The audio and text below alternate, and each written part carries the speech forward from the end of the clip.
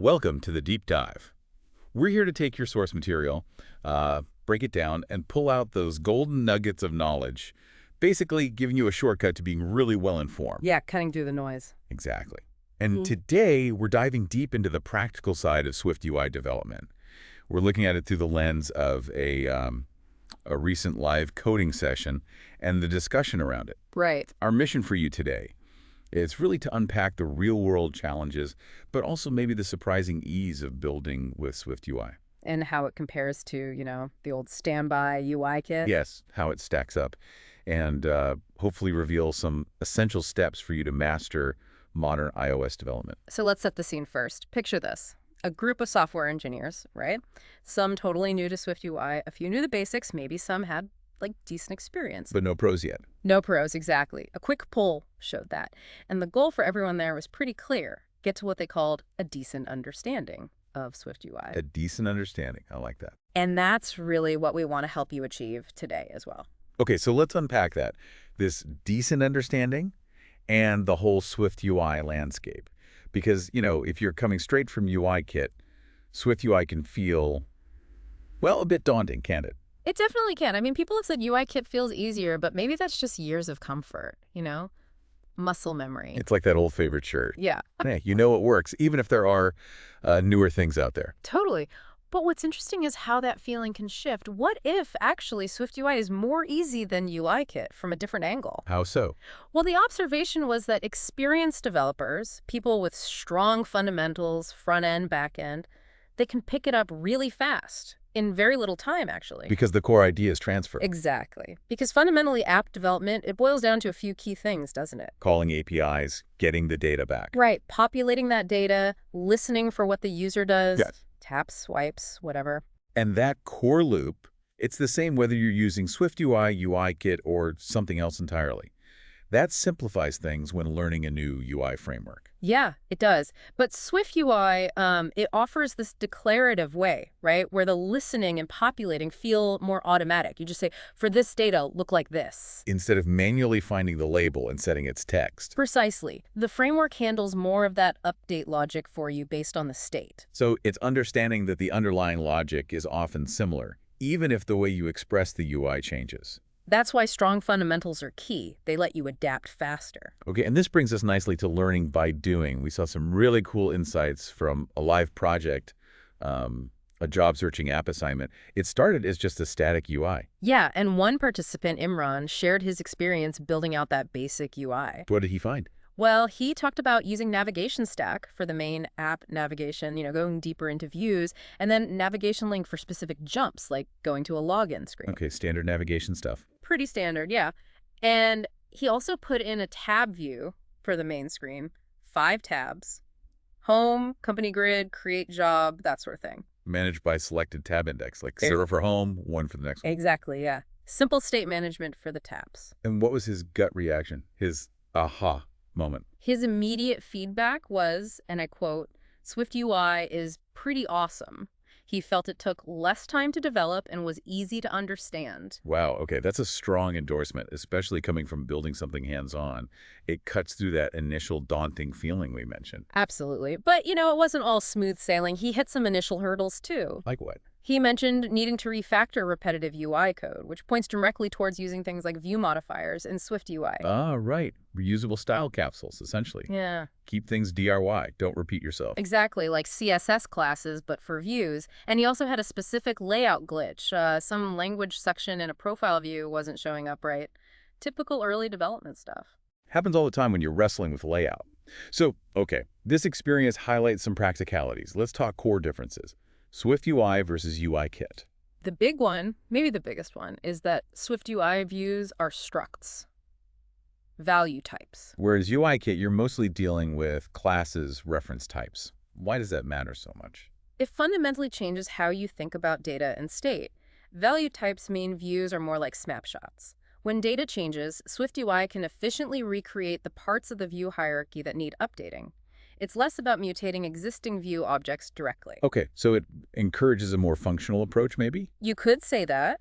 And it generally leads to, well, cleaner code, more readable, easier to reason about. Plus, SwiftUI has built-in tools for managing state. Unlike UIKit, where you often bring in things like RxSwift or Combine, or roll your own solutions for managing state and data flow. Right. SwiftUI gives you at state, at binding, at observed object, at environment object. These tools are part of the framework itself, designed to handle common state management scenarios. Which leads to another interesting point someone made.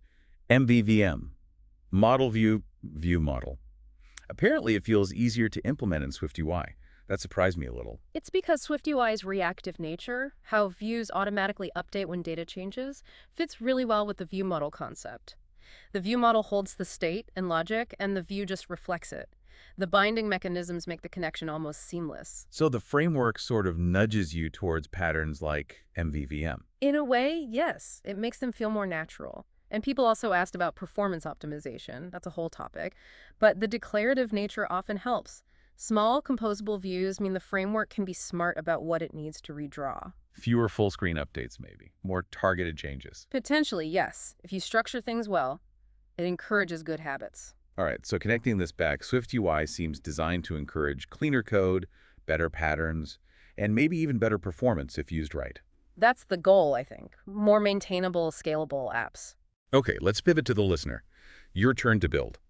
The assignment wasn't just about the static UI. The real meat was making it dynamic. Exactly. Taking that static job app UI and making it work, that's where the deep learning happens. So what functionalities were involved? Okay, things like integrating Google Sign-In or something similar for authentication, making login screen tiles actually do something, tap them, go to a detail screen. Right.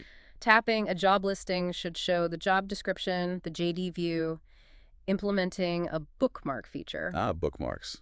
Always useful. Locally first. Yeah, start local. Maybe bookmarked jobs pop up to the top or go into their own dedicated tab. Make the follow-unfollow buttons actually change state. Simple state change, but important. Crucial. Add a post something feature, maybe just a text view to start. Optionally, try building a basic chat feature. Ambitious? A stretch goal, maybe. And importantly, make sure that Bookmark Job tab actually shows the jobs you bookmarked, and make the Delete All button will delete all bookmarks. Okay, quite a list. It really forces you to deal with data flow, user interaction, state. The whole package. And the inspiration was real-world apps. Nokri, Indeed, LinkedIn Jobs, Cutshot, AngelList. The advice was, look at how they do it, try to replicate it. Start local, then maybe think about APIs later. That's solid advice. Mimic first, understand later. And for those who get through that, the next level is refactoring to MVVM if they haven't already, and really implementing proper state management. You mentioned the built-in tools before at state and observed object. Right.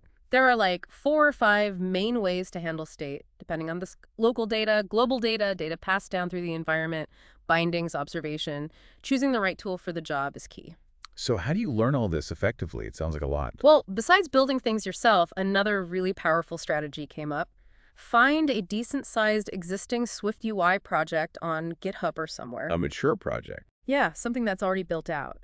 And just explore the code. See how they solved problems, how they structured things.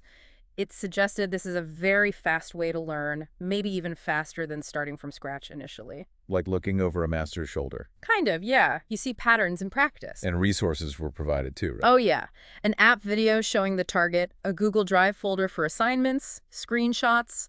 Apple's own SwiftUI tutorials are great, plus links to clean code best practices. And pushing code to GitHub is encouraged. Definitely.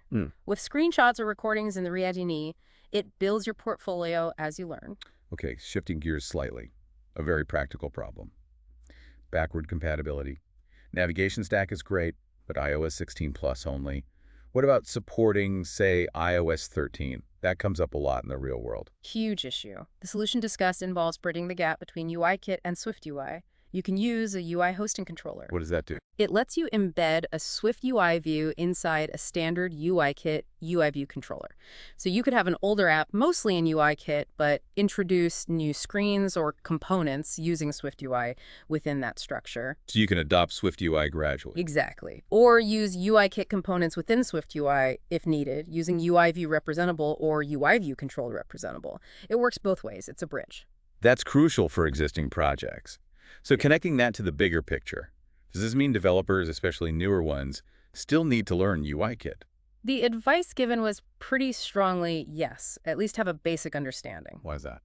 Because many companies, especially larger ones, have massive code bases, legacy projects, still heavily reliant on UIKit. You might need to maintain or add features to those. So knowing both makes you more versatile. Definitely. Even though SwiftUI is, very declarative and maybe the future, familiarity with UIKit is still a really valuable asset in the job market right now. Makes sense. Don't throw the baby out with the bathwater. Something like that, yeah. Okay, so let's wrap this up.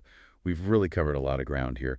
We looked at the practical side of learning SwiftUI, tried to demystify why it might seem hard coming from UIKit. But also why it can be easier and faster in many ways. We dove into those specific project assignments, making the job app dynamic. Right, and touched on key strategies for actually mastering this stuff. Learning by doing, exploring existing code, bridging with UIKit. So for you listening, the next step is pretty clear, isn't it? The key is being proactive, getting your hands dirty. Practice, practice, practice. Start your own SwiftUI project, even if it's just a small hit-and-try idea.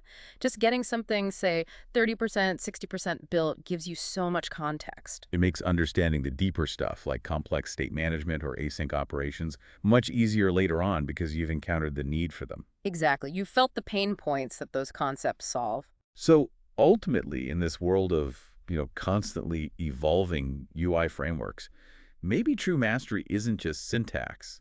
It's developing the confidence, Right. right? The confidence to look at any design and say, yeah, I can build that. And applying those best practices to make your code, lighter, cleaner, more readable, more maintainable. So here's a final thought to mull over.